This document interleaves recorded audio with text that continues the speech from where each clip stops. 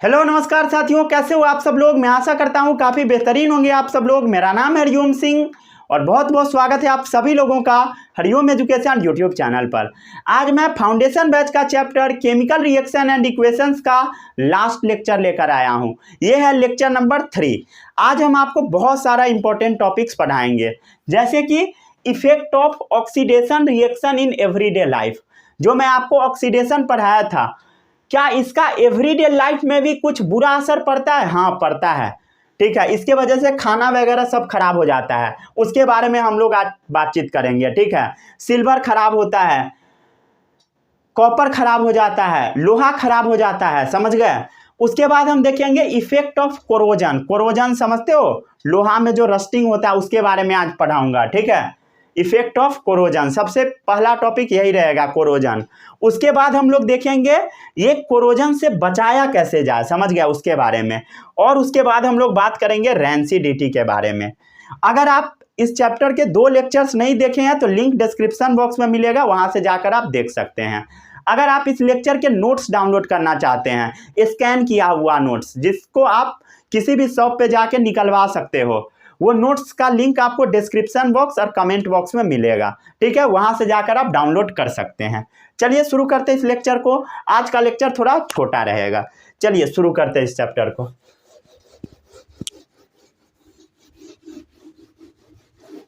Chapter नहीं है भाई, लेक्चर है। चैप्टर तो आज खत्म होने वाला है, खुश हो जाओ। पहला चैप्टर निपटने वाला है। ठीक है, इस चैप्टर से बहुत सारा क्वेश्चंस आता है, समझ रहे हो ना, बहुत सारा क्वेश्चंस आता है, तो इसको ध्यान से पढ़ लेना। और इसी चैप्टर से क्वेश्चन आता है तो बच्चा सब गलत करता है, सबसे ज़्यादा इसी चैप्टर का क्वेश्चन गलत होता है। उसके बाद सेकेंड चैप्टर का भी क्वेश्चन गलत होता है, एसिड बेस एंड सॉल्ट का, समझ रहे हो ना। तो इस सब चैप्टर को अच्छे से पढ़ लेना। कार्बन एंड कंपाउंड का गलत बहुत कम होता है, थोड़ा कॉम्प्लिकेटेड चैप्टर है बट गलत नहीं होता है अगर आप अच्छे से पढ़ेंगे तो। लेकिन इस चैप्टर से बहुत ज़्यादा गलत होने का चांस रहता है, समझ रहे हो ना। इसलिए इस चैप्टर को काफ़ी अच्छे से पढ़ना और रिवाइज बार बार करना है। और कलर सब जो मैं कल बताया था सबको आपको याद कर लेना है, समझ गए, क्लियर है। चलिए आगे बढ़ते हैं। अब आता है effect of oxidation reaction in everyday life. ठीक है, हमारे एवरीडे लाइफ में ऑक्सीडेशन का कुछ योगदान है क्या? हाँ, ऑफ कोर्स है। सबसे पहला जो है वो है आपका कोरोजन। नाम तो सुने ही होंगे। कोरोजन क्या होता है ये समझो। देखो भाई, जहां पर भी हवा रहेगा और पानी रहेगा वहां पर कोरोजन होगा, समझ गए। जहां पर भी प्रेजेंस ऑफ एयर होगा, हवा रहेगा और प्रेजेंस ऑफ पानी होगा, वहां पर कोरोजन होगा। अरे भाई, कोरोजन होता क्या है पहले ये बताइए ना। समझ जैसे देख लो, एग्जाम्पल नंबर 1 देखो, लोहा में जो जंक लगता है, समझ गया, रस्टिंग ऑफ आयरन, लोहा जो खराब हो जाता है क्यों होता है? ड्यू टू कोरोजन, समझ गए। आखिर ये कोरोजन है क्या? The phenomenon due to which metal are slowly eaten by the air and water, समझ गए। इसका डेफिनेशन आप लिख सकते हैं, the phenomenon due to which metals are slowly eaten, समझ गया। द फेनोमेनन by which, ठीक है, मेटल्स आर स्लोली ईटेन। कौन खाएगा मेटल्स को? हवा, पानी, ये सब केमिकल्स, ये सब बर्बाद कर देगा। अबे बाय द, एक्चुअल में रिएक्शन होता है किसका? हवा, पानी, ये सब का रिएक्शन होता है, समझ गया। एयर में, वाटर में, ठीक है, कुछ केमिकल्स होता है सराउंडिंग में, एटमॉस्फेयर में प्रेजेंट, सबके बीच में रिएक्शन होकर ये खराब होता है। एंड केमिकल्स जो कि हमारे एटमॉस्फेयर में प्रेजेंट होता है, समझ गया। And chemicals present in the atmosphere, इसी के वजह से ये गड़बड़ाता है।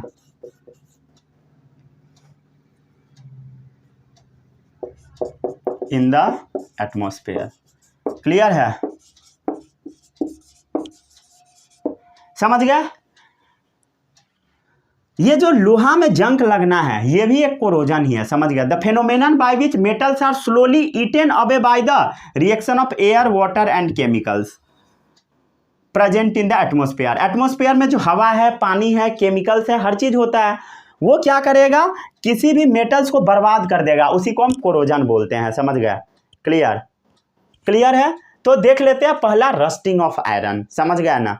रस्टिंग ऑफ आयरन मतलब समझते हो ना, सिंपल आप रस्टिंग बोल सकते हो। क्या बोल सकते हो?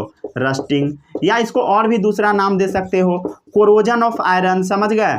लोहा खराब होना, कोरोजन ऑफ आयरन मतलब जंग लग जाना। अब आपके मन में आएगा आखिर जंग लगता क्या है, तो इसका इक्वेशन आपको याद होना चाहिए, सीधे याद कर लेना, 4Fe + 3O2। बैलेंस इक्वेशन ही याद करो, क्योंकि गलत होने का चांस इसमें बहुत ज़्यादा होता है। ठीक है, बैलेंस करने जाओगे तो 2xH2O, x के जगह पर पानी का कुछ नंबर होगा। समझ गया? कुछ भी नंबर होगा, और क्या होगा, 2Fe2O3। ठीक है, दो मॉलिक्यूल आयरन ऑक्साइड का बना देता है। समझ गए? और पानी रिलीज हो जाता है। पानी कितना, ये जो XH2O है वो रिलीज हो जाता है। यही है जंग लगने का इक्वेशन। ठीक है, इसको आप याद कर लोगे तो बहुत अच्छी बात रहेगा। अब आपके मन में सवाल आएगा कि ये ऑक्सीजन और पानी कहाँ से आता है। ऑक्सीजन पानी देखो भाई, एटमॉस्फेयर में प्रेजेंट होता है। हवा ऑक्सीजन है, ऑक्सीजन हवा में है। पानी वाटर वेपर जो एटमॉस्फेयर में होता है। कहाँ पे होता है? एटमॉस्फेयर में, मतलब कह दो तो हवा में होता है ये दोनों। और क्या बना देगा? आयरन ऑक्साइड बना देगा, जिसमें पानी भी प्रेजेंट रहेगा। समझ गया? हाइड्रेटेड आयरन ऑक्साइड बनाएगा।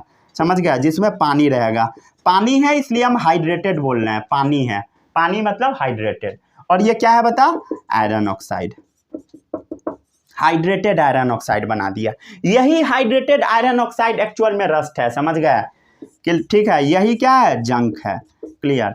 अब किसी किसी के मन में आएगा भाई ये x क्या लिख दिए। अरे x कुछ नहीं है, नंबर ऑफ वाटर मॉलिक्यूल्स है। समझ गए? x क्या है? Number of water molecules in the compound, in the compound. कितना नंबर ऑफ वाटर मॉलिक्यूल्स है, वही एक्चुअल में x है। समझ रहे हो? यहाँ पर x का वैल्यू 5 हो सकता है, 6 हो सकता है, 10 हो सकता है, तो इधर भी x का वही डाल देना, जो इधर रहेगा उधर लिख दो। समझ गए? क्लियर है? अब ऐसा नहीं है कि सिर्फ लोहा में जंग लगना ही कोरोजन है। ठीक है, मतलब जो पानी और हवा से खराब होता है सब कोरोजन है। समझ गए? The phenomenon by which metals are slowly eaten away by the reaction of air, water and chemical present in atmosphere. कोई भी मेटल, समझ गए, चाहे वो कॉपर भी हो सकता हो। समझ गए? कॉपर को खराब होते देखे हो? ठीक है, हालांकि वो साफ हो जाता है कॉपर। समझ रहे हो ना? देखे होगे। ठीक है, कॉपर को हालांकि साफ करने वाला आता भी है, जैसे मंदिर सब होता है उसमें जो भगवान का वो बना होता है, शिवलिंग वगैरह वो भी बना होता है, तो उसको साफ करने वाला एक आता है। क्या नाम है? पीताम्बरी, शायद ऐसे ही कुछ नाम होता है। ठीक है, चलिए आगे बढ़ते हैं अब हम लोग।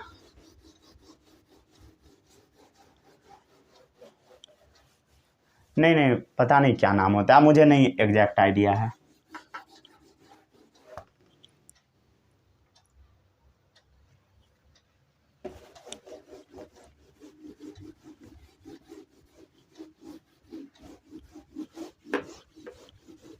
चलो आगे बढ़ते हैं अब हम लोग। कॉपर वाला आप कॉन्सेप्ट समझते हैं, आखिर कॉपर में हो क्या जाता है। समझ गया ना? देखिए वो कॉपर को गंदा होते ग्रीन कलर का लेयर चढ़ते हुए कॉपर का जो भी बर्तन हम लोग के घर में होता है, समझ गया, हम लोग के घर में ऐसा होता है। ठीक है, कॉपर का बहुत सारा बर्तन रहता है जो कि साल में बस एक बार यूज होता है, छठ के टाइम में। समझ गया? उसके बाद रख दिया जाता है बर्तन। जब बर्तन उतरता है फिर अगले छठ में निकलता है तो क्या होता है, उसके ऊपर ग्रीन कलर का कोटिंग आ जाता है, फिर हालांकि वो साफ भी हो जाता है। तो अब बात आता है कि आखिर वो ग्रीन कलर का कोटिंग होता क्यों है। ठीक है, अगर वो कॉपर वाला बर्तन अगर आप छोड़ दोगे तो ग्रीन कलर का कोटिंग हो जाएगा। Formation of A green layer over copper. समझ गया? इसका सेकेंड एग्जाम्पल है। समझ गया? Formation of green layer over copper. समझ गया? कॉपर के ऊपर ग्रीन लेयर आ जाता है। समझ गया? आखिर होता क्या है, इसका रिएक्शन भी आप याद कर सकते हैं। ये जो कॉपर होता है इसमें हवा ऑक्सीजन और CO2 कंबाइन कर जाता है, समझ गया, oxygen, CO2, even water vapour ये भी कंबाइन कर जाता है, समझ गया, और इसके ऊपर ग्रीन कलर का लेयर कॉपर कार्बोनेट का बना देता है, CuCO3 का, समझ गया, मतलब कॉपर के साथ रिएक्ट करके वो क्या बना देता है, कॉपर कार्बोनेट बना देता है, समझ गया। ये कॉपर कार्बोनेट ही एक्चुअल में ग्रीन कलर का लेयर होता है, जिसको साफ कर देने के बाद साफ भी हो जाता है, समझ गया, यही ग्रीन कोटिंग है, क्लियर है, ठीक है। ऐसा नहीं है कि सिर्फ कॉपर कार्बोनेट ही बनता है, इसके साथ कॉपर हाइड्रोक्साइड भी बन जाता है, समझ गया, ठीक है। इस सब का नेमिंग जिसको जिसको नहीं आता होगा मैं बोलता हूं उसको लिख भी सकते हो। ऐसा नहीं है कि बस यही एग्जाम्पल है, और भी एग्जाम्पल है। Silver, tarnishing of silver, silver जो होता है चांदी, चांदी का अगर आप सामान खरीदे होगे, अगर ध्यान दिए होगे तो कुछ टाइम बाद वो कैसा हो जाता है बता, काला टाइप का हो जाता है उसके ऊपर, समझ गए, काला टाइप का होने लगता है, क्लियर, काला टाइप का। तो काला टाइप का क्यों होता है, due to corrosion. Green layer copper के ऊपर आया किसके किसके प्रेजेंस के कारण, एयर और वाटर के कारण, तो कोरोजन है। अब सिल्वर में भी यही चीज होता है, समझ गया, ठीक है। एक्चुअली देखो सिल्वर में इसी टाइप का चीज होता है, क्या होता है वो समझो। एयर में एक गैस होता है जिसको हम हाइड्रोजन सल्फाइड बोलते हैं, समझ गया, वो एक्चुअल में रिएक्ट कर जाता है सिल्वर के साथ। सिल्वर को हम लोग क्या चीज से डिनोट करते हैं, Ag, क्लियर है। तो सिल्वर के साथ क्या होता है, हाइड्रोजन सल्फाइड का रिएक्शन हो जाता है, H2S मतलब समझ रहे हो, हाइड्रोजन सल्फाइड, ठीक है, हाइड्रोजन सल्फाइड, ठीक है। जो जो नाम आपको नहीं पता होगा उसको आप लिख सकते हैं, ठीक है। अब क्या होगा, Ag2S बना देगा, Ag2S बना देगा, और इससे क्या होगा, सल्फर का यूज हो गया ना, हाइड्रोजन गैस रिलीज हो जाएगा, क्लियर है, समझ गए। मैं क्रॉस चेक कर लेता हूं, Ag2S, ठीक है, ब्लैक कलर का, हाँ सही है, यही Ag2S क्या है बता, ब्लैक कलर का, समझ गए, ब्लैक कलर का होता है, समझ गया। ये क्या है, सिल्वर सल्फाइड, क्या है बता, सिल्वर सल्फाइड, यही होता है एक्चुअल में ब्लैक कलर का, एकदम सही है, समझ गए, सिल्वर सल्फाइड, समझ में आ गया। तो जो सिल्वर का कलर है वो क्या होने लगता है, गड़बड़ाने लगता है, क्लियर, समझ गया। एक्चुअल में देखो सिल्वर ना एक नोबेल मेटल टाइप का है, समझ गया, नोबेल मेटल टाइप का। नोबेल मेटल का मतलब होता है ऐसा मेटल जो कम रिएक्शन करता है, समझ गया ना। ऐसा नहीं है कि किसी के साथ भी रिएक्ट करने लगा, बट ये कभी कभी रिएक्ट करता है, ठीक है। ये नोबेल मेटल है, बहुत ज़्यादा रिएक्शन नहीं करता, लेकिन कभी कभी थोड़ा बहुत कर देता है, क्लियर। इसको जल्दी से नोट डाउन कर लीजिए, फिर हम लोग आगे बढ़ते हैं।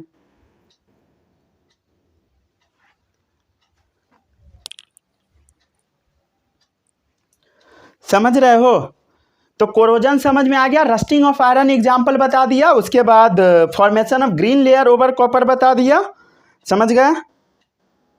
उसके बाद टार्निशिंग ऑफ सिल्वर भी बता दिया।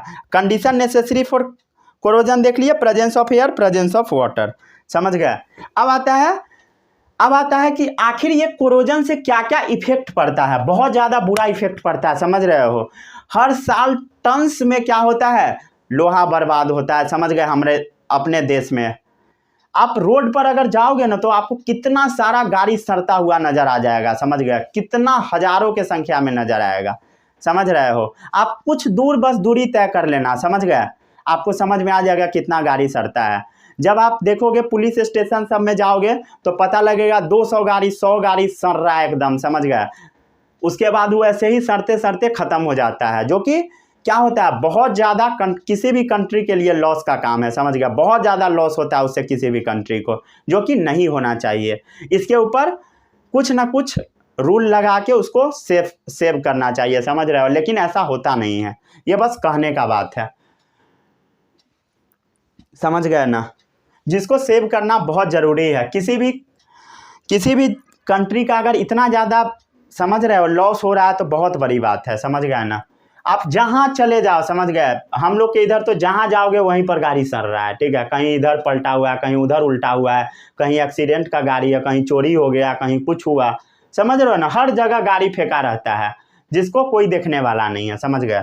कितना सारा रहता है कि आप सोच नहीं पाओगे। एक कार है, उसके ऊपर एक दूसरा कार, उसके ऊपर तीसरा कार, उसके ऊपर चौथा कार, समझ रहे हो, इस टाइप का कार का नंबर होता है। यहाँ भी बगल में थाना, वहाँ पर देखता हूँ जब रास्ते पर जाता हूँ तब ट्यूशन वगैरह पढ़ाने, वहाँ पर भी 2-3 थाना, हर जगह का वही हाल है, समझ गए ना। तो ये सब नहीं होना चाहिए। हालांकि मैं ये सब क्यों बोल रहा हूँ, इसे बोलने से कोई फ़ायदा भी नहीं है ठीक है, जिससे फ़ायदा ना हो वो चीज़ बोलना ही नहीं चाहिए।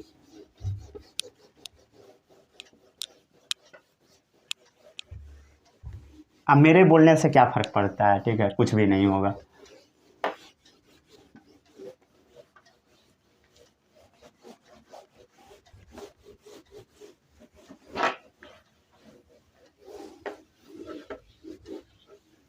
ठीक है, इवन यहाँ तो सड़क पर भी गाड़ी सर रहा होता है। ठीक है, सड़क पर ट्रक लगा होता है, किसी कारण से पकड़ा गया, वो ट्रक रह जाता है 6-6 महीना, 2-2 महीना, 3-3 महीना, रोड पर बता रहा हूँ, NH पे ट्रक लगा होता है। इवन NH पे, बीच NH पे, एकदम जो नेशनल हाईवे है ना, उस पर लगा होता है यहाँ पर, समझ रहे हो। वो भी 5 truck, 10 truck, 6 truck, even road भी बन जाता है साइड से समझ रहे हो, साइड से रोड बना देता है, उसको छोड़ देता है। ऐसा भी कई जगह पर हुआ है यहाँ पर, समझ रहे हो ना।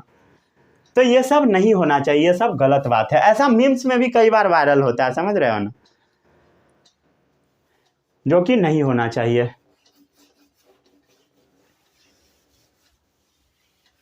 चलो हाँ, कहाँ थे हम लोग। अब देख रहे थे इफेक्ट ऑफ कोरोजन। कोरोजन का क्या इफेक्ट है, इफेक्ट्स ऑफ कोरोजन। चलो आगे बढ़ते हैं।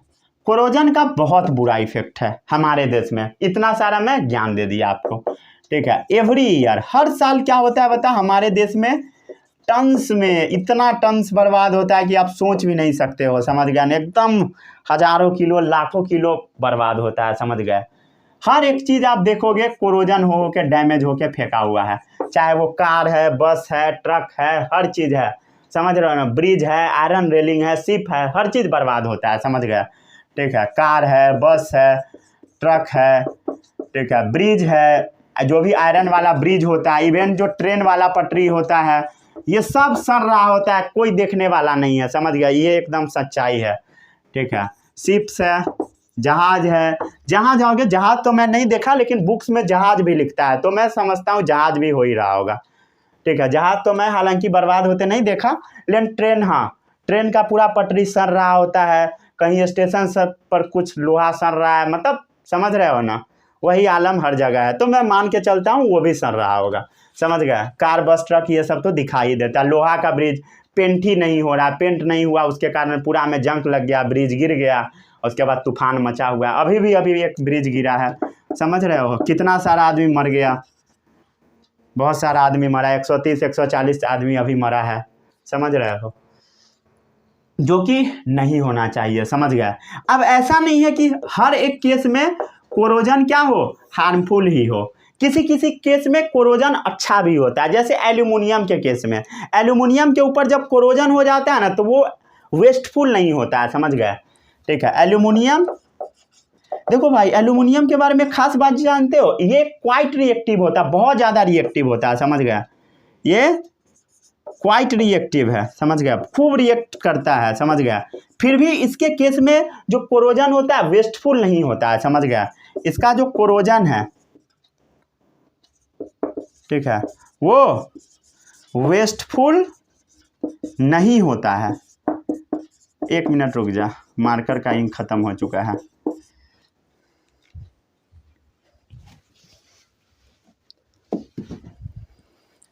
समझ गया ना। तो एल्यूमिनियम का जो कोरोजन है वेस्टफुल नहीं होता है। एल्यूमिनियम के ऊपर लेयर तो आ जाता है, लेकिन वो लेयर एक्चुअल में कैसा होता है, प्रोटेक्टिव होता है, समझ गए।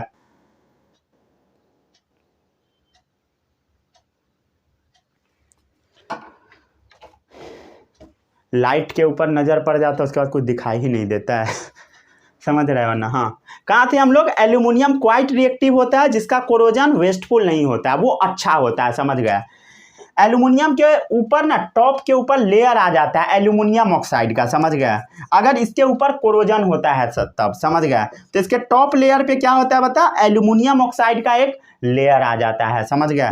क्या चीज़ का लेयर, एल्यूमिनियम ऑक्साइड का। Aluminium oxide. एल्यूमिनियम ऑक्साइड का फॉर्मूला आता है लिखने, क्या होगा Al2O3। कहाँ पढ़े थे? क्लास 9 में। कैसे लिखाया देख इधर, एल्यूमिनियम का क्या होता है वैलेंसी +3, ऑक्सीजन का -2, क्रिस क्रॉस करोगे तो क्या आएगा Al2O3। ये आप पढ़े होइएगा, ठीक है। अगर नहीं पढ़े हैं तो जाकर देख सकते हैं, 9th वाला मैं पढ़ा चुका हूँ पूरा केमिस्ट्री, ठीक है। समझ गया ना? किसी को इसमें कोई भी डाउट नहीं होगा। तो ये फर्दर प्रिवेंट द कोरोजन, समझ गया। ये जो टॉप लेयर आ जाता है एल्यूमिनियम ऑक्साइड का, ये क्या करता है? फर्दर उसको प्रिवेंट करता है कोरोजन से, फर्दर प्रिवेंट्स फ्रॉम कोरोजन।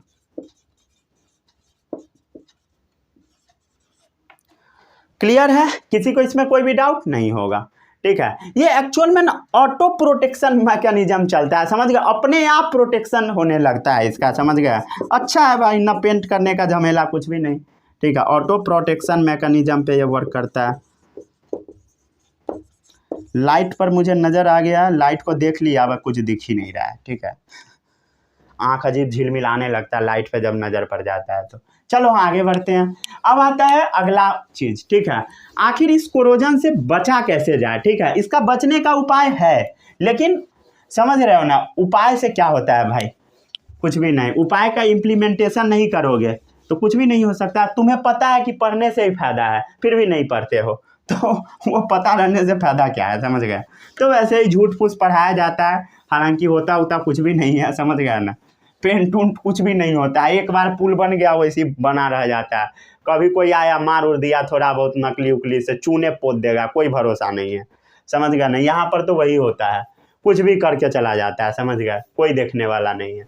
यह सच्चाई है, समझ रहे हो ना। बाद में भले ही आप मुझे क्या बोलते हो फर्क नहीं पड़ता, यही सच है। चलिए यहाँ आगे बढ़ते हैं। अब आता है कि कोरोजन से प्रिवेंट करने का आखिर तरीका क्या है, समझ गया। तो बहुत सारा तरीका है जो कि आपको बुक में पढ़ाया जाता है, समझ गया। होता कुछ भी नहीं है इम्प्लीमेंट, समझ गया ना, ठीक है। कोरोजन से प्रिवेंट करने का तरीका क्या है, ठीक है। इसमें आप क्या कर सकते हो? Placing A barrier around the metal, ठीक है। क्या कर सकते हो बता? Placing a barrier around the metal, ठीक है। मेटल के चारों तरफ आप कुछ ना कुछ बैरियर डाल दो। बैरियर मतलब एक बाधा डाल दो। ये बाधा क्या है एक्चुअल में? आप उसके ऊपर पेंट कर दो, ठीक है। कोई भी मेटल है इसके ऊपर पेंटिंग कर दो। पेंट कर दोगे तो उसके ऊपर जंक नहीं लगेगा, समझ गया। जैसे लोहा का ब्रिज बना, तो ब्रिज में क्या कर सकता है आदमी, बता क्या कर सकता है? पहले ब्रिज तो तैयार हो गया, उस टाइम ब्रिज बहुत चकाचौंध रहेगा, बहुत अच्छा रहेगा, समझ गया। उसके बाद उसको बाद में अच्छे से फिर से घस के साल भर 1.5 साल में फिर से पेंट कर दो, फिर से कर दो। एक्चुअल में फंड आता है, लेकिन वो सब समझ रहे हो ना, पॉकेट में चला जाता है, जिसके वजह से पूरा ब्रिज में जंक लग के ख़त्म हो जाता है, ठीक है। ये बात सब आदमी को दिखाई देता है, ठीक है। तो मैं बोल रहा हूँ सोशल मीडिया प्लेटफॉर्म में, बट कोई फ़र्क मुझे नहीं पड़ता बोलने में, समझ गया ना। एक्चुअल में ऐसा होता है, मतलब होता है, क्लियर। और भी तरीका है बचाने का, ठीक है। जैसे गाड़ी का अगर कोई भी पार्ट्स है तो उसमें खराबी हो सकता है, तो उसके ऊपर ग्रीज लगा दो, ग्रीजिंग कर दो, ठीक है। ग्रीज देखे हो ना भाई, जिसको ग्रीस सब बोलता है, वही लगा दो, समझ गया। इसके ऊपर प्लास्टिक का कोटिंग कर दो, समझ गया। जैसे अगर कोई भी मेटल का चीज़ है तो इसके ऊपर प्लास्टिक कोटिंग कर दो, इससे क्या होगा? कोरोजन नहीं होगा। गैल्वेनाइजिंग कर दो, ठीक है। गैल्वेनाइजिंग, गैल्वेनाइजेशन, गैल्वेनाइजिंग हम आपको पढ़ाएंगे मेटल्स एंड नॉन मेटल्स में, तो अभी घबराना नहीं है, समझ गया। और भी काम कर सकते हो, यूजिंग मोर रिएक्टिव मेटल, ठीक है। आप क्या कर सकते हो? यूजिंग मोर रिएक्टिव मेटल, ठीक है। आप कोई भी मोर रिएक्टिव मेटल का इस्तेमाल कर दो उस मेटल के साथ में, ठीक है। वो मेटल खराब हो जाएगा और ये मेटल बच जाएगा। जैसे attaching magnesium to under water iron pipe, समझ गया। एग्जाम्पल हो गया अटैचिंग मैग्नीशियम, समझ गया। मैग्नीशियम को अटैच कर देना है कहाँ? अंडर वाटर, अंडर मतलब जमीन के अंदर जो वाटर पाइप होता है उसमें, ठीक है। अंडर वाटर पाइप, क्लियर है, समझ गया ना।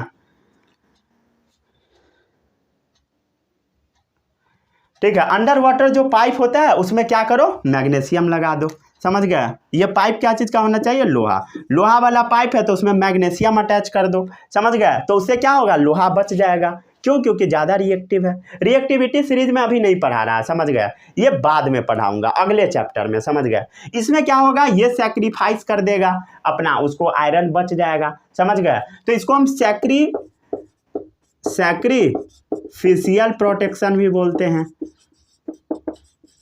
क्लियर?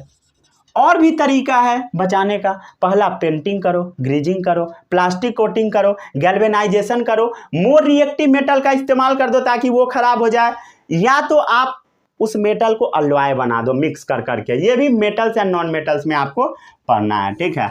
या क्या करो, यूज करो अलॉय, ठीक है। अलॉय क्या है? Stainless steel. ये स्टेनलेस स्टील क्या होता है भाई? इसमें बहुत सारा मेटल मिलाया जाता है। जो घर में आपका बर्तन है, थाली है, ग्लास है, उस समय जंक नहीं लगता है। क्यों? क्योंकि स्टेनलेस स्टील का होता है। क्लियर है? चलो इसको जल्दी से नोट डाउन कर ले, फिर हम लोग रैंसिडिटी पढ़ेंगे, ठीक है। आगे बढ़े, 1 मिनट रुक जा, मेरा आंख में अजीब झिलमिला रहा है, साउंड वगैरह सब जा रहा है। चलो पढ़ा ही देता हूँ, ठीक है। लाइट पे नज़र पड़ जाता है, उसके बाद कुछ दिखते ही नहीं रहता बहुत बहुत देर तक, ये बड़ा समस्या होता है। चलो आगे बढ़ता हूँ। अब आता है रैंसिडिटी।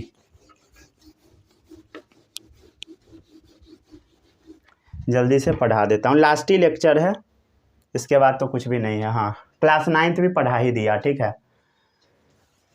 क्लास 9th हो गया, ट्यूशन वगैरह सब हो चुका है।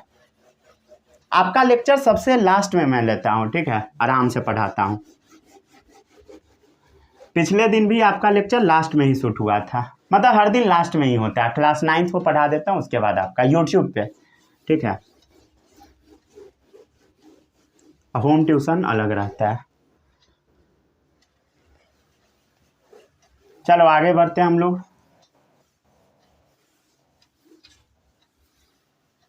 कहाँ थे हम लोग? Effect of oxidation reaction in everyday life, ठीक है। अच्छे से समझ में आ रहा है कि नहीं?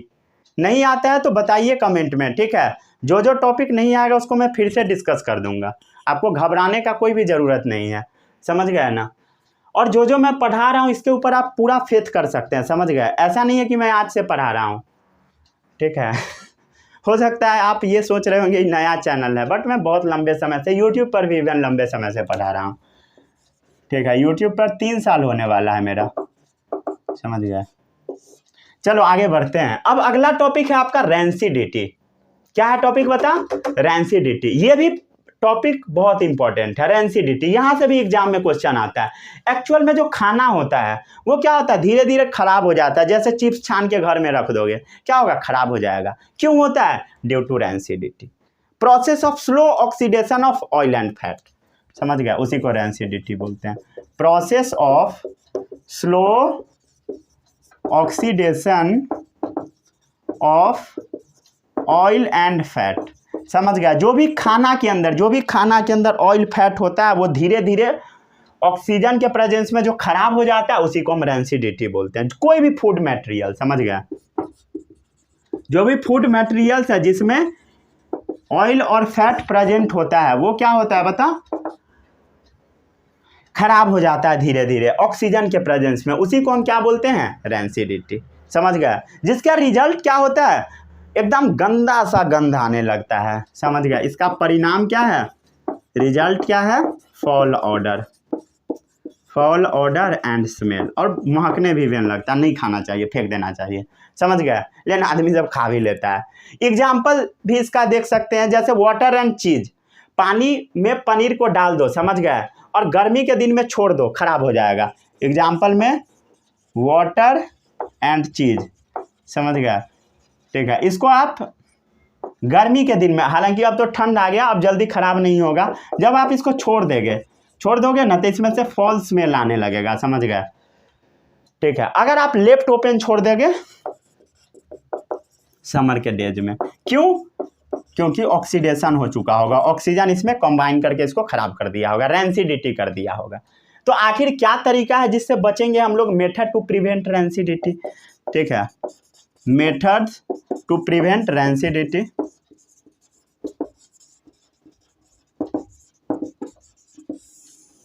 ठीक है। इसका क्या तरीका है भाई? Packaging of food material in air tight container, ठीक है। Packing of food materials in air tight container, समझ गया। ठीक है, कोई भी डब्बा वगैरह में जो भी आप चिप्स वगैरह छानते हो उसको रख सकते हो, समझ गए। कोई भी खाना को अवॉइड करना है, किस में, धूप में रखने से। अवॉइड करना है फूड को सनलाइट में रखने से। अगर खाना को धूप में डाल दोगे तो ख़राब हो जाएगा। अभी ठंड का दिन आ रहा है तो आप क्या करोगे, खाना को गर्म करना है, गैस पर करोगे कि धूप में जाके डाल के गर्म करोगे? ऐसा नहीं करना, खाना ख़राब हो जाता है, समझ गए। जो भी फूड आइटम है, पोटैटो वेफर्स वगैरह, उसके पैकेट में नाइट्रोजन भरा जाता है, समझ गए। जो भी फूड वेफर्स है जो कि पन्नी में बंद आता है, समझ गए। ठीक है, जैसे ओएस, कुरकुरे, लेज, ये सब है, समझ गए। पोटैटो वेफर्स ये सब जो है, पोटैटो वेफर्स जो भी फूड आइटम्स आता है, समझ गया, जो कि पन्नी में बंद होता है। ठीक है, इन पैकेट्स, उसके अंदर क्या होता है बता, नाइट्रोजन गैस फिल होता है। क्यों? ताकि खराब ना हो जाए। नाइट्रोजन गैस फिल रहता है, इसमें एयर नहीं होता है, समझ गया। इंस्टेड ऑफ एयर डाल दोगे तो खराब हो जाएगा, इसलिए नाइट्रोजन डाला होता है। अगर आप कुरकुरे इस सब के पैकेट के फाड़ दोगे तो क्या होगा, वो धीरे धीरे खराब हो जाएगा। ऐसा नहीं है कि कोई कुरकुरे द्वारा स्पॉन्सर्ड वीडियो है, ऐसा नहीं है भाई, समझ रहे हो ना। वही सबके दिमाग में आता है, वही लोग खाता है, तो वही मैं बोल रहा हूँ, समझ गया ना। चलो आगे बढ़ता हूँ।